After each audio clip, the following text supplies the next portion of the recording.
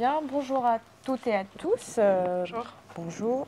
Donc on va faire comme d'habitude une petite présentation générale avant de commencer avec les questions. Donc Pauline Pilote, vous êtes maîtresse de conférences en études anglophones à l'Université Bretagne Sud, après y avoir été ATR. Depuis 2020, vous êtes également directrice du master MEF PLC anglais à l'UBS.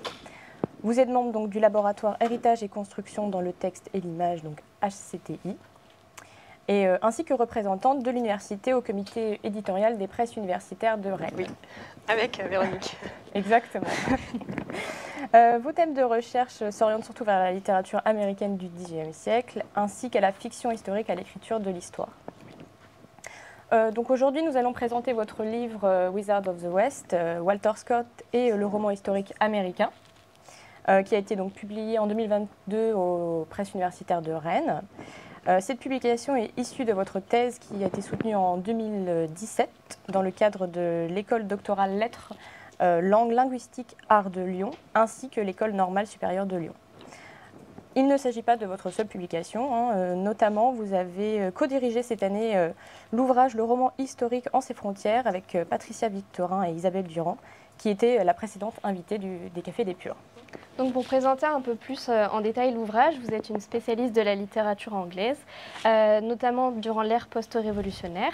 Ainsi, à travers Wizards of the West, vous employez une perspective transatlantique pour en fait évaluer la réception de l'œuvre de Walter Scott à travers les États-Unis, notamment à travers l'étude du roman historique. Et vous y mentionnez la façon d'ériger en fait une histoire nationale avec un aspect qui est méthodologique et en évoquant donc le contenu au travers des auteurs de cette histoire et les cadres dans lesquels ils s'inscrivent. C'est ça. Donc du coup, pour commencer doucement avec une question simple, d'où vient votre goût pour la littérature anglo-saxonne du XIXe siècle et qu'est-ce qui vous a décidé à en faire votre thèse? Alors mon goût pour la littérature anglophone, c'est parce que ça remonte à très longtemps quand j'étais en licence et à mon incapacité à choisir entre les langues, la littérature et l'histoire. Et je me suis dit que l'anglais, poursuivre un master en études anglophones, j'étais en prépa avant et du coup en classe préparatoire, et poursuivre un master en études anglophones me permettait de continuer à faire et des langues et de la littérature et de la civilisation, de l'histoire. Et donc du coup je me suis orientée vers ça. Après, c'était aussi mon sujet de master. Mon sujet de master 1, c'était sur un des romans qui se retrouve dans mon corpus pour ma thèse, Hope Leslie de Catherine Maria Sedgwick, qui est en fait qui est très propre. Moi, je voulais travailler sur Le Dernier des Mohicans et en discussion avec mon directeur de recherche de l'époque, qui était aussi qui est devenu mon directeur de thèse après, m'a dit peut-être pas aller voir du côté de Sedgwick, c'est le même type de texte, est-ce que ça vous intéresse? Et je l'ai lu, j'ai trouvé que c'était super, et donc du coup j'ai commencé à travailler là-dessus. J'ai continué ensuite pendant mon master 2, et là j'ai vraiment insisté pour récupérer Le Dernier des Mohicans, et j'ai eu gain de cause. Et ensuite je suis revenue, et donc Walter Scott avait toujours été là parce que ces deux auteurs-là, Sedgwick et Cooper, se réclame en tout cas d'une influence de Scott, et donc pour ma thèse j'ai vraiment travaillé sur un corpus beaucoup plus large et sur le roman historique anglophone de l'époque. Et justement, pour continuer sur cette question, pourquoi avoir choisi le roman historique comme sujet d'étude précisément? Alors le roman historique américain, en fait c'était ça qui m'intéressait, c'était de travailler sur justement la période post-indépendance et donc le rapport à l'histoire très paradoxal des États-Unis à l'époque, puisque du coup, ils viennent de s'affranchir de la tutelle britannique, ils viennent de devenir indépendants des Britanniques, ils ont un passé partagé, ils ont été britanniques jusqu'à assez récemment, et donc le rapport à l'histoire à ce moment-là me paraissait intéressant, parce que comment est-ce que, d'un côté, on s'invente une histoire et on réutilise ce passé et on recrée une histoire après, en tout cas on re-raconte l'histoire à la lumière de l'indépendance, tout en gardant en tête à la fois cette relation particulière avec les Britanniques. Et c'est la complexité de ce paradoxe et de cette relation-là qui m'intéressait, d'où le roman historique américain, qui était ma porte d'entrée en fait principale. Très bien. Et on se demande aussi pourquoi avoir choisi les presses universitaires de Rennes pour votre publication. Et est-ce que vous avez eu le choix de la collection? Parce que l'univers anglophone ne paraît pas être uniquement une collection de littérature. Oui. Alors, me suis beaucoup posé la question de la publication, enfin de la maison d'édition. C'est vrai qu'il y avait une facilité avec les presses universitaires de Rennes, puisque j'étais déjà membre d'HCTI, et donc il y a des accords entre l'UBS, enfin HCTI, donc l'UBS, et les presses universitaires de Rennes qui me permettaient de pas me poser, en tout cas pas trop me poser la question du financement, ou pas me poser du tout la question du financement de fait. Je ne me la serais pas posée non plus si je l'avais fait si j'avais demandé à le publier dans les presses de l'École normale supérieure de Lyon, donc qui était mon laboratoire au moment de ma soutenance, qui était une possibilité aussi. Mais j'ai fini par choisir les presses universitaires de Rennes, parce que je trouve que c'est une grosse maison d'édition et qui me semblait avoir plus de visibilité que les presses de l'École normale supérieure de Lyon. Pour le format qu'ils proposaient et aussi le prix du livre à la fin, en fait. Je me suis dit que c'était un ouvrage de doctorat, donc c'est issu de ma thèse en tout cas. J'avais envie que des gens puissent le lire, et il me semblait qu'un ouvrage à ce prix-là, en fait, par rapport à d'autres maisons d'édition qui avaient été évoquées avec mon directeur à l'époque, qui étaient 3 ou 4 fois ce prix-là, me paraissait plus... Enfin, pour moi, en tout cas, c'était important que l'ouvrage issu de ma thèse ne soit pas un ouvrage hors de prix. Après, la collection Univers anglophone, d'abord parce que je me définis comme angliciste d'abord. Et donc, ça me paraissait pertinent. Et je pense que mon lectorat, en tout cas, comme je l'imaginais au moment où j'ai travaillé sur le livre, était un lectorat d'anglicistes. Et donc, ça me paraissait pertinent de m'approcher d'eux. La question s'était posée éventuellement d'une autre collection qui a Interférence et qui englobe peut-être un peu plus largement les ouvrages de littérature. Mais de façon tout à fait pratico-pratique, s'est posée la question des citations en anglais. Et Univers anglophone ne me demandait pas de traduire les citations, ce qui est un gain de temps énorme et ce qui... Et une difficulté, enfin, je ne sais pas si vous voulez que je rentre dans le détail de ça, en fait. Mais... On a une question après. Ok, bon, bah, je garde pour la suite.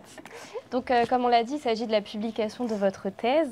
Quel a été le processus de publication? Est-ce que vous avez dû remanier votre thèse, Oui. C'est-à-dire couper des parties, Oui. changer des titres, etc. On aimerait savoir ça, en fait. Oui, ma thèse faisait plus du double.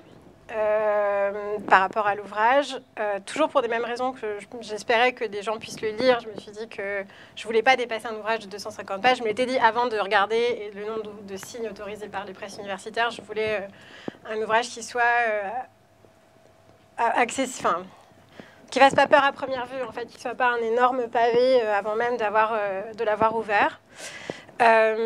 Et donc, moi, il s'est passé beaucoup de temps, en fait, beaucoup de temps, non. Il s'est passé pas mal d'années entre ma soutenance, qui était fin 2017, et la publication en 2022.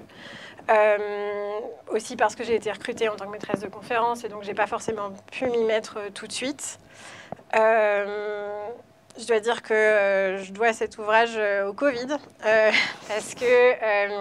parce que pour la première fois, en fait, j'ai eu beaucoup de temps devant moi pour retravailler.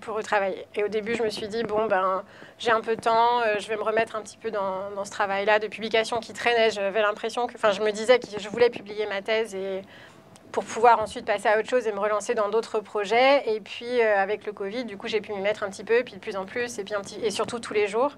Et donc, ça a avancé beaucoup plus vite que ça n'avait avancé les années précédentes. Et voilà. Et du coup, donc je voulais le réduire de moitié. J'ai d'abord commencé par enlever complètement la première partie, qui est vraiment sur la première partie de ma thèse, qui est vraiment sur la réception. C'est l'histoire du livre, en fait. C'est pas de la littérature, c'est sur la réception de Scott aux États-Unis. Et qui sont les éditeurs, comment est-ce qu'il était perçu dans la presse, comment est-ce qu'il a été... parce que c'était vraiment une figure... phare en fait du marché du livre américain à l'époque, et donc comment est-ce et même très populaire en fait, pas que sur le marché du livre, et donc comment est-ce qu'il a été lu, réécrit, récupéré, comment est-ce que ces ouvrages ont été transformés en poèmes, en scénettes, réécrits, enfin bref. Donc il y avait toute une partie là-dessus que j'ai décidé de mettre complètement de côté, parce que entre-temps j'ai refait des recherches et un séjour d'archives, j'ai retrouvé pas mal de choses, et je pense qu'en fait c'est un deuxième livre, et donc je me garde ça sous le coude. Alors c'est à l'état de projet depuis, mais bref, c'est toujours là. Et je me le garde sous le coude parce que je voudrais en faire un autre livre précisément sur la réception de Scott aux États-Unis. Donc déjà, ça m'a permis de gagner 100 pages d'un coup d'un seul. Très important. Et après, j'ai réorganisé en fait complètement. Enfin, j'ai pas enlevé un mot sur deux. En fait, j'ai vraiment réorganisé ma thèse de départ. J'ai rajouté un chapitre. J'ai repris des passages qui me semblaient moins intéressants ou en tout cas moins clairs. Enfin, j'ai enlevé des exemples. C'est un travail de refonte en fait. C'est pas juste que j'ai enlevé certaines phrases qui me paraissaient moins pertinentes, c'est que j'ai repris ma thèse et je l'ai retravaillée. Et je pense que c'est pour ça que je disais, il s'est passé beaucoup de temps en fait plusieurs années entre la soutenance de ma thèse et la publication du livre. Et je pense que ce laps de temps-là a fait que j'ai fini par regarder ma thèse. Quand je me suis vraiment remise, j'ai fini par regarder ma thèse comme un autre objet en fait, et en me disant qu'est-ce que je peux reprendre, comment je peux le retravailler, et voilà ce que c'est devenu. D'accord. On se demande aussi pourquoi avoir changé le titre de l'ouvrage par rapport à celui de votre thèse. Parce que le titre de ma thèse ne donne absolument pas envie de regarder, de l'ouvrir. Enfin, c'était un titre vraiment très long, qui est très conforme en fait, au titre de doctorat, dans le sens où il est très explicatif sur ce qu'il y a à l'intérieur de ma thèse. Alors là aussi, mais en tout cas, je voulais un titre de livre et pas un titre d'un travail universitaire. Enfin, comment dire, pas un titre d'un exercice universitaire, ce qui était le titre de ma thèse. Et donc, j'ai proposé ça. Je me suis sérieusement posé la question de laisser un titre en anglais. Mais puisque du coup, j'avais fini par prendre la décision de travailler avec Univers anglophone et donc que mon public serait principalement un public d'anglicistes, ça me semblait pas un problème de laisser un titre en anglais. Et justement, pour continuer avec ce titre, ça peut paraître étonnant un peu d'avoir un titre qui met en valeur Walter Scott, alors que votre corpus est constitué de 4 auteurs. Est-ce qu'il y a une raison particulière derrière ce choix ? Oui, parce qu'en fait, Walter Scott est vraiment là tout le temps en arrière-plan du roman historique américain. C'est une figure qui est tellement importante à l'époque et qui est tellement, dont les autres auteurs américains en tout cas, se réclament, avec lesquels alors, certains l'ont rencontré, d'autres lui ont écrit. Ils tous disent, et à qui veut l'entendre, qu'ils ont lu ses ouvrages. Enfin, il est tellement tout le temps là. Ses ouvrages ont tellement donné forme, et ses ouvrages et sa personnalité, en fait, comment il était vu et l'image qu'il avait aux États-Unis ont tellement donné forme au roman historique américain qu'il me semblait nécessaire, en fait, d'en parler et de dire tout de suite. Et puis surtout, en tout cas, mon idée aussi, c'était de montrer que je me plaçais justement dans ce champ transatlantique dont vous avez parlé, c'est-à-dire que c'est pas un texte qui est spécifiquement. Enfin, si, c'est un livre qui est sur le roman historique américain, mais en gardant systématiquement la Grande-Bretagne en ligne de mire. Aussi, on peut se demander, en regardant donc la couverture du livre, pourquoi avoir choisi cette image en fait, pour votre couverture. Donc, il y a une peinture de Thomas Cole, intitulée Le cours de l'Empire Désolation en 1836. Et donc, est-ce que ça a été votre choix ou celui de l'éditeur ? Oui, et merci de cette question, parce qu'en fait, c'est une histoire que moi, je trouve hyper intéressante. J'avais un peu cette idée en tête de ce tableau-là dont je parle à l'intérieur de mon livre. Parce que c'est un tableau qui est en fait issu d'une série de 5, qui est le dernier d'une série de 5 tableaux par Thomas Cole, qui reprend le même paysage qui fait progresser le paysage. C'est-à-dire qu'au départ, on a un paysage de vierge, avec tous les guillemets possibles, puis de plus en plus construit. Le 3e, c'est une ville, complètement, et donc l'arrière-plan, la forêt, le lac, etc., disparaissent complètement, et puis progressivement, la ville, le 4e, c'est la ville en feu, et puis le 5e, c'est les ruines. Thomas Cole, qui est un peintre américain, même si le tableau ne le laisse pas... pas forcément présagé, et un peintre de la Hudson River School, donc cette école de peinture du début du 19e, des années 1820, qui s'est donné un peu pour objectif, qui se donnait complètement pour objectif de peindre les grands espaces américains. Et que vous avez sans doute déjà vu, c'est ces grands tableaux avec des montagnes, les rocheuses, des lacs, etc. Et dont je parle dans mon ouvrage, et en particulier parce que Thomas Cole et James Fenimore Cooper étaient très copains, voisins, très amis, et donc pas forcément collaboré, dans des publications, mais en tout cas beaucoup partagé. Et donc j'avais un peu cette idée en tête, mais quand s'est posé la question de la couverture, donc les presses universitaires m'ont demandé m'ont demandé de décrire un petit peu quel était le contenu et ce que j'avais en tête. Et eux m'ont proposé un tableau de la Hudson River School, beaucoup plus typique en fait, beaucoup plus représentatif, avec un tableau de Bierstadt, avec un autre de ces peintres-là, avec une forêt, c'est une prairie au premier plan, des montagnes à l'arrière-plan et une grande chute d'eau en plein milieu. Et en fait, ça ne me convenait pas du tout parce que mon ouvrage, c'est précisément l'inverse de ça. C'est-à-dire, c'est pas l'image des grands espaces américains, de donc cette forêt sauvage, les grandes plaines, les rocheuses, et avec absolument aucun personnage et aucune construction. Moi, mon propos va à l'inverse de ça, c'est-à-dire de dire qu'au 19e, enfin en tout cas dans le roman historique, il y a toute une volonté de réhistoriciser, ou d'historiciser en tout cas le paysage.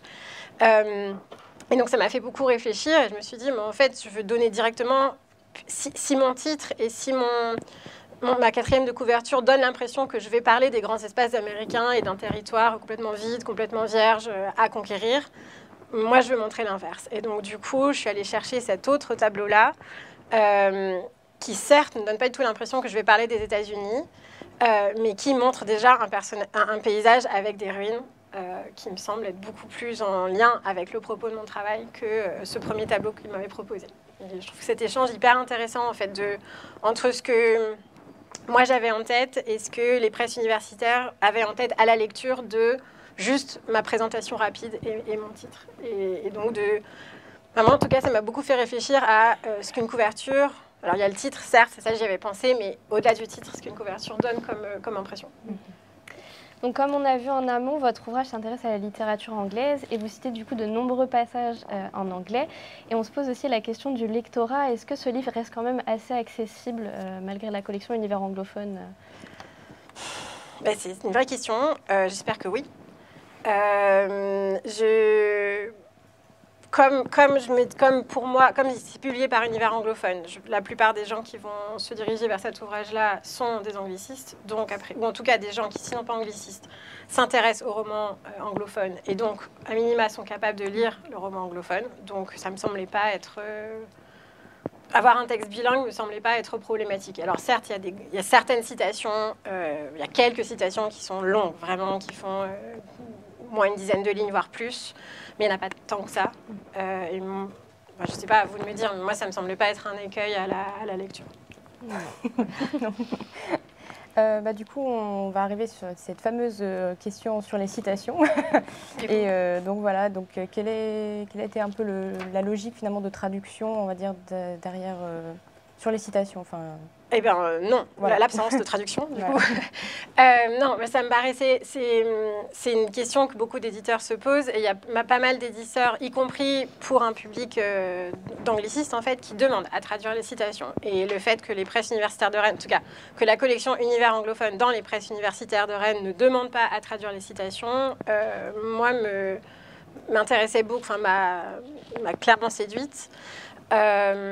D'abord parce que c'est un travail colossal, et j'en ai beaucoup des citations, vous pouvez témoigner, et donc un travail colossal de reprise en fait de toutes ces citations dont on m'avait beaucoup parlé, des gens et des camarades qui avaient publié leur thèse avant moi.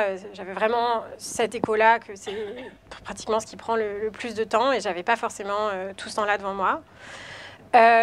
Aussi parce que ça posait de vraies questions, vu mon corpus, c'est-à-dire que je travaille sur des textes qui sont des classiques absolus, type Ivanhoé, qui est traduit, retraduit, retraduit, et donc il y en a très régulièrement, ou Le Dernier des Mohicans, et des ouvrages qui n'ont plus du tout été traduits depuis le 19e siècle. Donc quoi faire? Est-ce que je prends les traductions officielles, et si oui, laquelle? La dernière, et pourquoi la dernière? Et si je ne prends pas la dernière, comment me justifier? Et du coup, comment justifier que j'ai certains textes qui ont une traduction récente, certains textes qui ont une traduction du 19e siècle, et les traductions du 19e siècle sont plus proches des réécritures que des traductions. En tout cas, on n'a plus la même approche à la traduction aujourd'hui qu'au 19e siècle. Et ensuite, des ouvrages qui n'ont pas été traduits du tout, parce que j'en ai aussi dans mon corpus. Et donc, quoi faire, en fait? Est-ce que je prends des traductions officielles récentes? Est-ce que je prends des traductions officielles de l'époque? Est-ce que je traduis moi? Et du coup, qu'est-ce que j'essaye de faire? Moi, ça me paraissait être être un problème en soi, en fait, la question de la traduction. Donc, c'est pas juste une question pratique de ça m'a gagné du temps, c'est très vrai, mais c'était aussi un vrai écueil. Enfin, ouais, c'est pas un vrai écueil, mais en tout cas, ça m'aurait redemandé une réflexion complètement, en tout cas, qui moi me paraissait complètement me le relancer sur toute une autre logique. Et donc, ne pas avoir à traduire, outre que c'est un vrai confort, c'était aussi m'éviter en fait de devoir relancer tout un travail. Aussi une autre question que nous nous sommes posées, pourquoi avoir choisi en fait ces choix d'auteurs-là, c'est-à-dire bon certes on a Walter Scott, donc celui qui est principal à l'œuvre, mais on a aussi Fenimore Cooper, Katharina Marin Sedgwick ou Washington Irving, qui se concentrent sur une chronologie entre la fin du XVIIIe siècle et la moitié du XIXe siècle. Ouais. Alors ces trois auteurs, il y en a beaucoup, il y a beaucoup de romans historiques qui sont publiés à l'époque. J'aurais pu choisir un corpus gigantesque. De fait, et ça c'était une discussion dès le début avec mon directeur de recherche, il fallait que je me limite, et je ne me suis pas beaucoup limitée, c'est-à-dire que je travaillais sur, je sais pas, après 30-40 romans, et c'est déjà vraiment beaucoup pour une thèse. Mais ça, je ne voyais pas très bien comment faire sans, et puis j'ai pu capitaliser sur le fait que j'ai déjà fait mon M1 et mon M2 sur les mêmes sujets, et je connaissais très bien l'œuvre de Walter Scott, puisque c'est un auteur que j'aime beaucoup depuis longtemps, et donc du coup il y avait pas mal de ses œuvres que je connaissais. Et bref, je ne vais pas rentrer dans les détails, mais j'ai bénéficié d'une année avant ma thèse où j'étais lectrice, peu importe, j'étais lectrice à l'étranger. Et c'est une année où j'ai lu, en fait, une grande partie de mon corpus. Oui, pardon, j'ai oublié la question. Et donc, ces trois-là en particulier, parce que ces trois auteurs ces trois auteurs qui étaient des figures... qui étaient reconnus par leurs contemporains comme figures de proue de la littérature américaine. Et ces trois-là, c'est-à-dire qu'il y a alors parmi d'autres, mais c'est celle dont je parle dans mon livre, il y a une galerie de portraits qui a été faite des grandes figures américaines dans les années 1830, enfin les premières moitiés du 19e. Il y a 4 écrivaines, il y a un poète, et il y a Sedgwick, Cooper et Washington Irving. Donc moi, je les ai pris parce qu'il me semblait... Ils étaient reconnus par leurs contemporains pour le rôle qu'ils avaient joué. Et comme je travaille précisément sur le rôle du roman historique et à quel point le roman historique véhicule des représentations, prendre les trois auteurs qui étaient considérés comme représentatifs, ou si ce n'est représentatifs, du moins sur le devant de la scène par rapport aux autres, me paraissait valider ma thèse, c'est-à-dire de montrer qu'effectivement, beaucoup de gens les avaient lus par rapport à des ouvrages plus niches ou des auteurs que d'autres ne connaîtraient moins. Et par ailleurs, il y a beaucoup de romans historiques qui sont publiés à l'époque, mais alors, je ne sais pas tous lus, mais j'en ai lu une grande partie. Il n'y a que ces trois-là qui réclament, qui posent comme acquis leur lien avec Scott. C'est-à-dire que Irving est allé chez Scott, chez lui, et a dit et redit à plusieurs reprises à quel point Scott avait influencé son écriture. Cooper était reconnu comme le Scott américain, et c'est comme ça qu'il était appelé par ses contemporains. Donc il y a une filiation, qui est, enfin, en tout cas un lien de parenté qui était reconnu. Et Sedgwick, elle, n'a jamais rencontré, elle n'est jamais sortie du Massachusetts, mais du coup, elle n'a jamais rencontré Scott. Mais elle connaissait très bien et Cooper et Irving.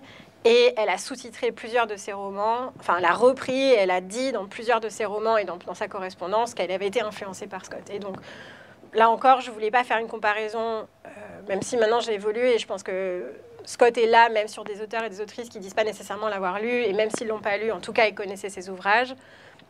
Mais quand j'ai dû constituer mon corpus au tout début de ma thèse, prendre des auteurs et des autrices qui disaient de façon totalement explicite, oui, on a été inspiré, influencé, pas forcément, en tout cas inspiré, ou on s'est inspiré du roman historique, paraissait faire en soi un corpus qui fonctionnait ensemble.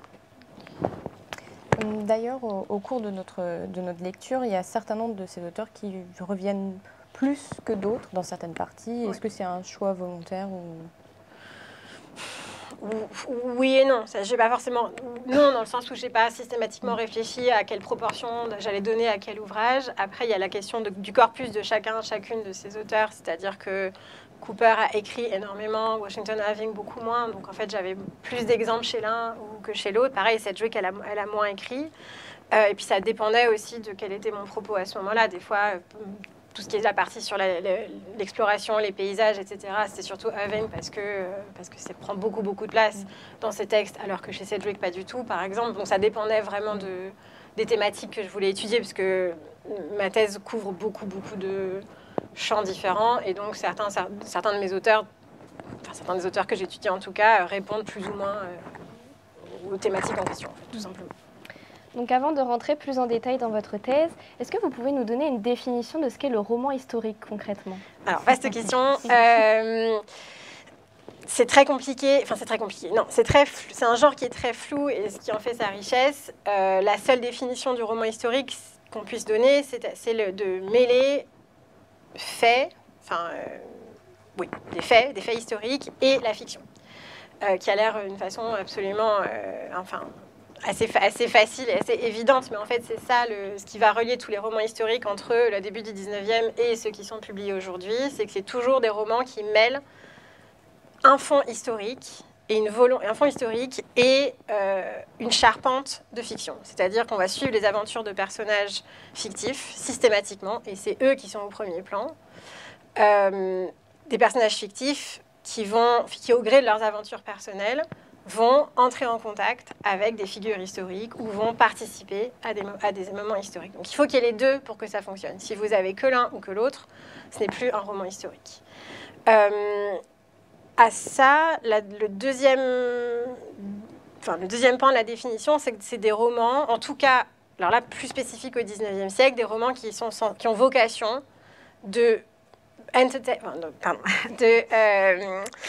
divertir et d'instruire. C'est-à-dire, du coup, des romans qui vont chercher en même temps à la fois divertir leur lectorat, tout en apportant des informations sur des phénomènes historiques ou sur des figures historiques. En tout cas, alors ça, je pense qu'aujourd'hui, on ne définirait plus les romans historiques qui paraissent encore actuellement comme ça, avec pas forcément cette volonté-là, ou pas forcément l'idée d'instruire. Mais en tout cas, au 19e, c'est ce qui fait partie des composantes. Après, une fois qu'on a dit ça, en fait, ça ouvre la porte à tout un tas de types de fictions historiques très, très, très différentes les unes des autres. C'est pour ça que ce genre a beaucoup évolué depuis le 19e jusqu'à aujourd'hui et continue d'évoluer encore. Mais voilà, c'est comme ça que je définirais le roman historique. D'accord, merci. Donc, à travers votre ouvrage, vous avez étudié le roman historique à travers plusieurs thèmes, comme la nature, le Moyen-Âge, le paysage ou encore les figures héroïques, et le tout donc sur un fond de circulation des idées transatlantiques. Et donc vraiment, la nature et le paysage traversent votre ouvrage, soit comme chapitre, soit comme fil conducteur. Et pouvez-vous nous définir quelques idées fortes sur la nature et le paysage, finalement, par rapport au roman historique dans votre ouvrage? J'avais pas... Alors, tout à fait honnêtement, j'avais pas... Enfin, si, bien sûr que si, la nature et le paysage sont une thématique importante, mais j'avais pas identifié... merci, c'est hyper intéressant, en fait, que c'était quelque chose qui revenait au-delà du chapitre qui est spécifiquement consacré à ces questions-là. Je pense que si ça prend autant de place, c'est que, justement, le rapport au paysage des États-Unis à cette époque-là, en fait, au tout début du 19e siècle, est hyper important. En fait, comme c'est un...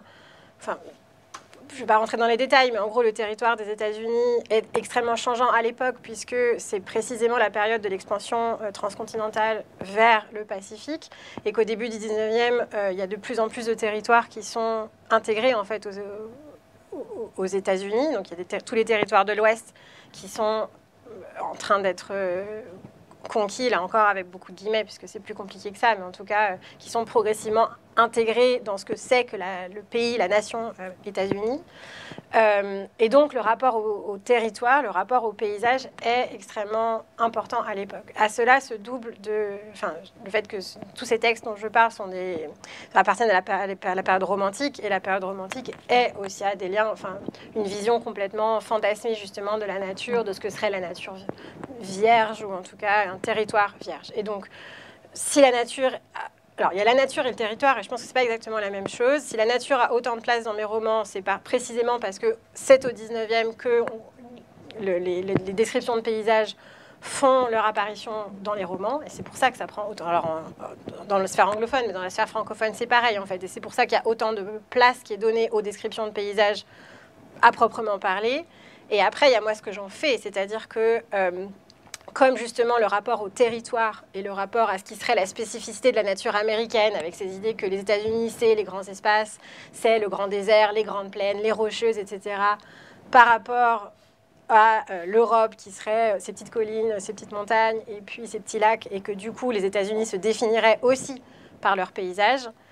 C'est pour ça, en fait, qu'il y a une attention, enfin, ça explique en tout cas en partie pourquoi il y a une attention aussi forte qui est portée à la description du paysage américain dans les romans de l'époque. Et dernière chose, et après je vous relaisse la parole, c'est aussi que le lectorat, en fait, au moment où ces livres sortent, donc dans les 30 premières, enfin, ouais, entre 1810 et 1830, en 1840, on va dire, le lectorat principal est en fait un lectorat qui vit sur la côte est, c'est-à-dire que certains livres vont être circulés justement vers les territoires de l'Ouest et sont amenés par bateau, mais c'est le lectorat principal en fait vit dans la zone extrêmement urbanisée de la côte est. Et donc, comme, alors ça dépend pas tous, mais la plupart de mes romans, justement, des romans que j'étudie, décrivent ces autres territoires, c'est aussi une façon de les montrer au lectorat qui n'est jamais allé en fait dans ces grandes plaines, qui n'est jamais allé vers les rocheuses, et donc de donner à voir le paysage américain à leur lectorat.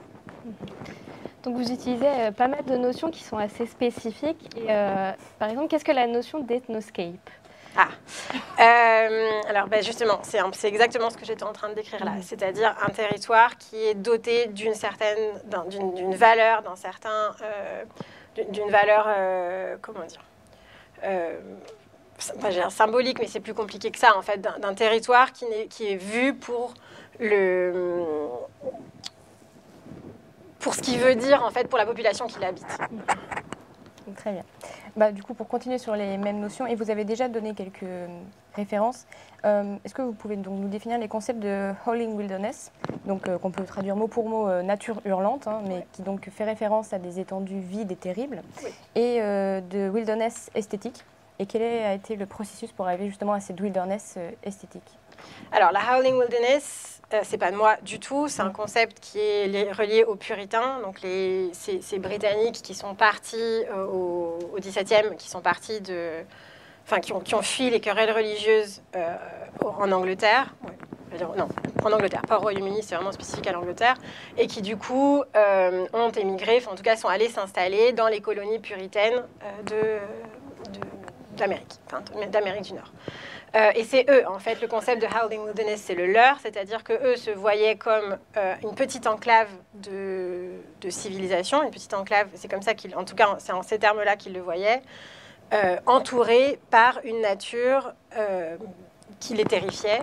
Mais du coup, le fait de l'appeler Howling Wilderness, c'est aussi une façon, donc nature hurlante, comme vous dites, c'est aussi une façon de complètement fantasmer ce paysage. C'est-à-dire que ce que c'était que la Howling Wilderness, c'est pas du tout la forêt, je veux dire, physique, c'est un univers complètement cauchemardesque, marqué par donc, un territoire qui est effrayant, et surtout par les Amérindiens, donc les populations locales, et qui était un risque, en tout cas que les puritains de l'époque voyaient comme un risque, et voyaient dans une relation qui était nécessairement conflictuelle. C'est-à-dire que c'était eux contre les attaques des différentes populations amérindiennes qui vivaient là.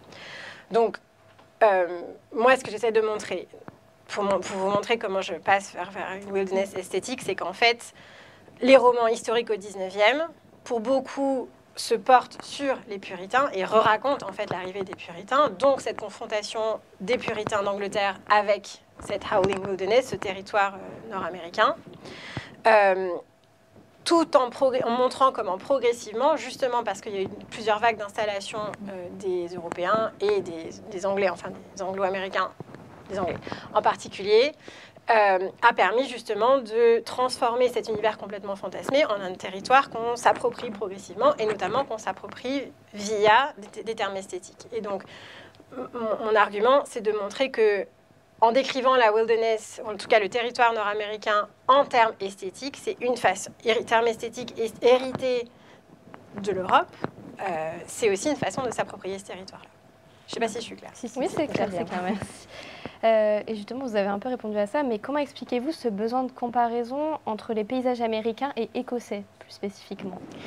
Oui, parce que alors, parce que Scott est écossais, et donc que du coup, de fait, dans la plupart de ses romans, ou en tout cas de ses romans qui se centrent sur l'Écosse, c'est-à-dire ses premiers romans à lui, ce qu'il décrit, ce sont les paysages écossais. Et donc, comme ce sont d'abord ses premiers romans, ses premiers romans historiques en tout cas, que les auteurs américains de mon corpus ont repris, de fait, il compare, enfin en tout cas, il réutilise la façon que Scott a de décrire les paysages écossais pour décrire les paysages nord-américains.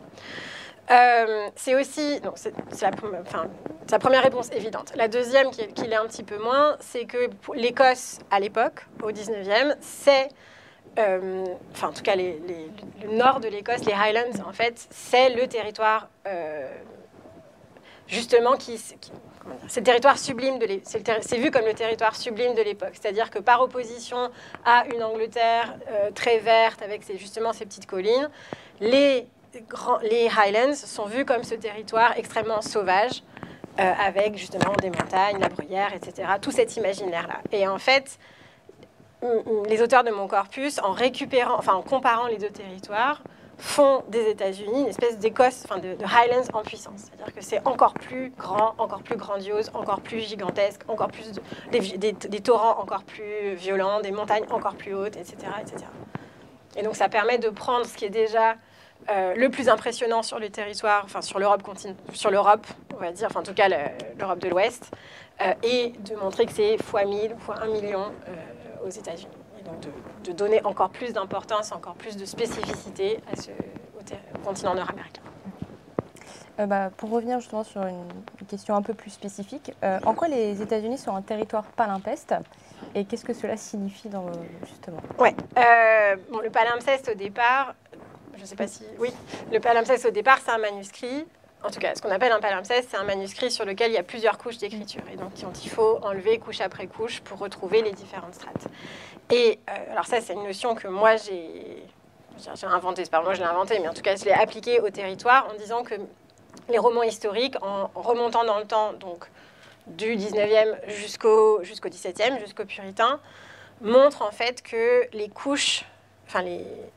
Que le territoire américain est un territoire qui fonctionne par strates. C'est-à-dire que plus on va s'enfoncer dans le territoire, ou en tout cas plus on va chercher à remonter dans le temps, plus on va pouvoir voir les différentes couches historiques. Et donc, d'où ma couverture, en fait. C'est pour ça que je la regarde en vous parlant. C'est-à-dire que les romans vont s'attacher à décrire des ruines. Tout le temps des ruines dans les romans historiques américains. Il y a toujours des personnages qui vont tomber sur une ruine. Et donc, c'est une façon de montrer justement que, non, il y a déjà eu des gens qui sont passés par là. Il y a déjà eu des constructions qui ont été faites. Et donc, du coup, que le territoire... Il y a une forme de volonté d'historiciser, c'est ce que je disais tout à l'heure, le territoire américain. Et donc, palimpseste, parce qu'effectivement... dans les romans que j'ai étudiés, il y a cette volonté de montrer, de faire voir en fait aux lecteurs et aux lectrices les différentes strates. Voilà, il y a eu telle construction, puis par-dessus cette construction, il y a eu encore une autre, puis encore une autre, etc. Et donc de montrer comme ça, en fait, qu'il y a une vraie épaisseur historique par opposition à ce que les gens de l'époque voyaient, c'est-à-dire un territoire justement vide et vierge, la Rodonesse, etc. Le Moyen-Âge et les figures historiques sont d'autres aspects forts de votre ouvrage. Est-ce que vous pouvez nous dire en quoi consiste concrètement le héros américain, cette figure ? Ouais. Alors, en le reliant au Moyen-Âge ? Parce que pas forcément. Pas forcément, non. Ouais. Alors, le Moyen-Âge est extrêmement, extrêmement présent parce que Ivanhoé, qui a été un ouvrage de Scott, qui a été le plus lu, le plus connu, le plus adoré par tous ses lecteurs, y compris ses lecteurs et ses lectrices américains. Et donc, je vous disais que les auteurs de mon corpus ont été très inspirés par ses premiers romans, donc ses premiers romans sur l'Écosse, et Ivanhoé, qui est le roman qui fait date. Et donc, il y a une volonté, en tout cas... C'est comme ça que moi je l'aperçois, dans les romans des auteurs américains, de faire en sorte, en tout cas de trouver une façon de récupérer ce Moyen-Âge-là. Alors c'est un Moyen-Âge complètement idéalisé, il n'a rien à voir avec... qui n'a rien d'historique en fait, pas trop. Et qui est le Moyen-Âge que décrit Scott dans Ivanhoé en tout cas. Le Moyen-Âge tel que le 19e siècle le revoit, que les romanciers américains, les romanciers de mon corpus en tout cas, vont essayer de récupérer. Alors, c'est très compliqué parce que comment associer Moyen-Âge et États-Unis, ça paraît absolument impossible. Et ce qui m'a frappé, moi, à la lecture, c'est que du coup, associer à ces images médiévalistes les populations amérindiennes. C'est-à-dire que c'est eux qu'on va récupérer comme étant les chevaliers. Il y a plein de descriptions de personnages amérindiens en chevaliers. Et donc, pour moi, en tout cas, c'est une volonté de... Alors, toujours de montrer la profondeur historique, etc., et de dire, mais non, d'accord, on n'a pas de Moyen-Âge, mais, en tout cas, notre Moyen-Âge était britannique, mais c'est pas grave, parce qu'on a les populations amérindiennes, je caricature à peine, en fait, ce qu'il y a dans les romans de l'époque. Et puis, une façon aussi de glorifier ces personnages amérindiens, tout en les mettant dans le passé. C'est-à-dire qu'à l'époque, comme je vous disais, il y a encore à ce moment-là une vraie cohabitation, et puis il y a la question qui se pose au 19e de qu'est-ce qu'on fait de ces populations amérindiennes qui vivent justement sur la côte Est, et c'est le moment où elles sont déplacées, enfin, intégralement déportées vers les territoires de l'Ouest. Donc c'est la question de la cohabitation avec les populations des Américains avec les populations euro-amérindiennes, elle se pose pleinement au XIXe siècle. Mais du coup, d'en faire des personnages du passé, ça permet aussi de déplacer le problème. En fait. C'est-à-dire, d'accord, eux, c'est le passé, nous, on est l'avenir. Et enfin, nous, les Blancs, les Européens, on est l'avenir. Et donc, de répondre en partie à cette question de qu'est-ce qu'on fait des populations amérindiennes à l'époque.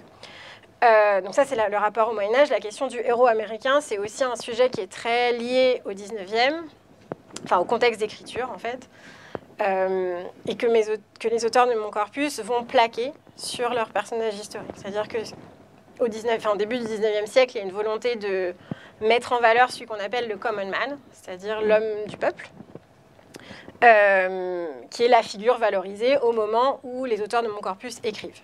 Et ce qui m'a semblé intéressant, c'est qu'en fait, ils posent cette question, ils déplacent cette question dans le passé, quel que soit le passé, en fait, du XVIIe jusqu'au XVIIIe, en faisant de ces personnages, de ces hommes communs et de ces femmes communes, les personnages principaux. Et justement, dans une volonté aussi politique, en fait, de dire, bon, nous, aux États-Unis, contrairement à l'Europe, contrairement à l'Angleterre en particulier, on n'est pas un système aristocratique. Au contraire, ce sont les hommes et les femmes du peuple qui sont les personnages principaux. Justement, pour rebondir sur ce que vous venez de dire, quel est le rôle de la femme dans le roman historique américain et puis dans l'histoire plus globalement Alors, dans le roman historique américain, ça dépend. Ça dépend des textes. En tout cas, ça dépend. Et puis, maintenant, je pourrais vous faire une réponse encore plus nuancée, en fait, que ce qui est dans mon ouvrage, puisque j'ai réfléchi à cette question depuis.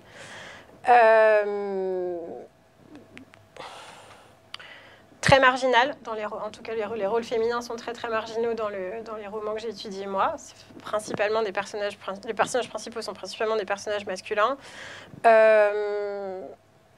C'est un peu plus nuancé chez Sedgwick, mais en vrai pas tellement. C'est-à-dire que oui, ces personnages principaux sont des personnages féminins, mais elles ont exactement les mêmes rôles types en fait que les personnages secondaires qu'elles sont dans les romans de Cooper et leur absence presque totale dans les romans de Having. J'ai oublié votre question. C'était juste sur le rôle donc, de la femme, quoi, finalement.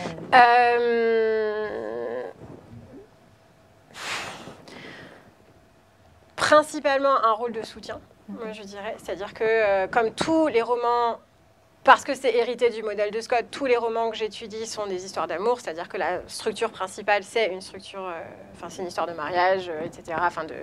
C'est une des relations amoureuses entre des personnages et à la fin, il y a un mariage.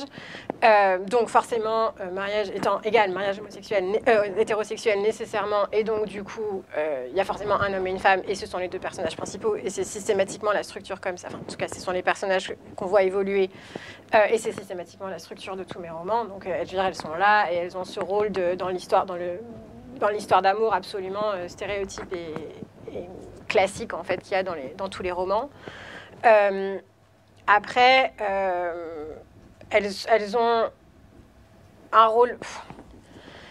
Elles ont le rôle en fait d'être parce que c'est le contexte en fait d'écriture du 19e siècle, d'être les mères des citoyens. C'est-à-dire que du coup, c'est elles qui ont le rôle de l'éducation des futurs citoyens américains. Et donc, c'est un schéma qu'on retrouve un petit peu dans mes romans. Très bien. c'est pas... Pardon, c'est pas... J'ai bien conscience que c'est des personnages qui sont très minoritaires dans les romans que j'ai étudiés ici et d'autres romans que j'ai étudiés depuis. En fait, justement, j'ai cherché à travailler sur d'autres romans qui laissent beaucoup plus, en tout cas qui se posent la question de la place des personnages un peu plus. Très bien, d'accord.